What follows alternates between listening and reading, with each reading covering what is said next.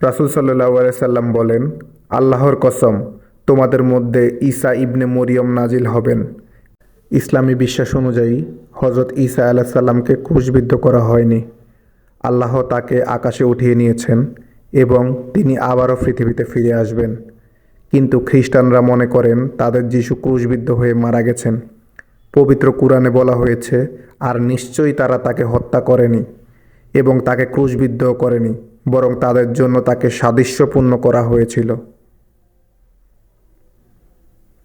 হাদিস অনুযায়ী দজ্জালের হাতে মুসলিমদের রক্ষা করার জন্য কিয়ামতের আগে ঈসা আলাইহিস সালাম আবার পৃথিবীতে আসবেন, কারণ তিনি মারা যাননি।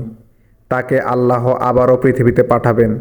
তিনি নবী মুহাম্মদ সাল্লাল্লাহু আলাইহি সাল্লামের উম্মত হিসাবে পৃথিবীতে আসবেন এবং ন্যায় বিচার প্রতিষ্ঠা করবেন। হাদিসে বলা হয়েছেন, তিনি দজ্জালকে নিজ হাতে হত্যা করবেন এবং ইসলামের সত্যতা পুনঃপ্রতিষ্ঠিত করবেন। রাসূল সাল্লাল্লাহু আলাইহি সাল্লাম বলেন, আল্লাহর কসম, তোমাদের মধ্যে ঈসা ইবনে মরিয়ম নাজিল হবেন। তিনি ন্যায় বিচার প্রতিষ্ঠা করবেন, ক্রুশ ভেঙে ফেলবেন, শূকর হত্যা করবেন এবং জিজিয়া কর উঠিয়ে দেবেন। সে সময় সম্পদের এত প্রাচুর্য হবে যে কেউ তা গ্রহণ করারও লোক পাবে না। এ থেকে বোঝা যায়, কিয়ামতের প্রাক্কালে হজরত ঈসা আলাইহিস সালাম দজ্জালের বিরুদ্ধে লড়াই করবেন, তাকে হত্যা করবেন। দজ্জাল পৃথিবীতে ফিতনা ছড়াবে। দজ্জালের ফিতনা হবে পৃথিবীর ইতিহাসের সবচেয়ে বড় পরীক্ষা, যা মানুষের ঈমানের জন্য চরম বিপদ বয়ে আনবে।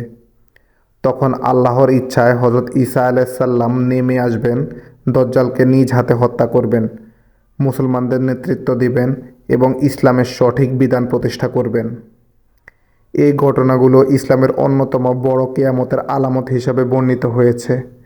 তাই মুসলমানদের উচিত ঈমানের ওপর অটল থাকা, দজ্জালের ফিতনা থেকে বাঁচার জন্য আল্লাহর কাছে সাহায্য চাওয়া, তওবা করা এবং কুরআন হাদিসের শিক্ষাকে দৃঢ়ভাবে অনুসরণ করা।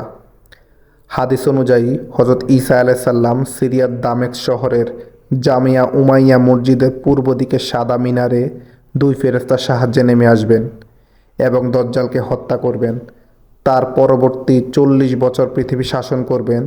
তিনি বিয়ে করবেন, তার মৃত্যু হবে এবং তাকে দাফন করা হবে নবী সাল্লাল্লাহু আলাইহি সাল্লামের কবরের পাশে। তার ওই সোনালী যুগের পর পৃথিবীতে আবারও অন্ধকার নেমে আসবে এবং একটা মানুষও পাওয়া যাবে না আল্লাহর নামটি নেওয়ার।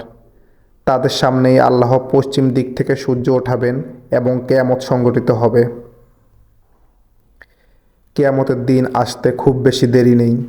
হজরত ঈসা আলাইহিস সালাম ফিরে আসার আগেই আমাদের নিজেদের প্রস্তুত করা উচিত। আমাদের দ্বীনের পথে নিজেদের সামিল করা উচিত। আমরা কি সত্যি কিয়ামতের জন্য প্রস্তুত?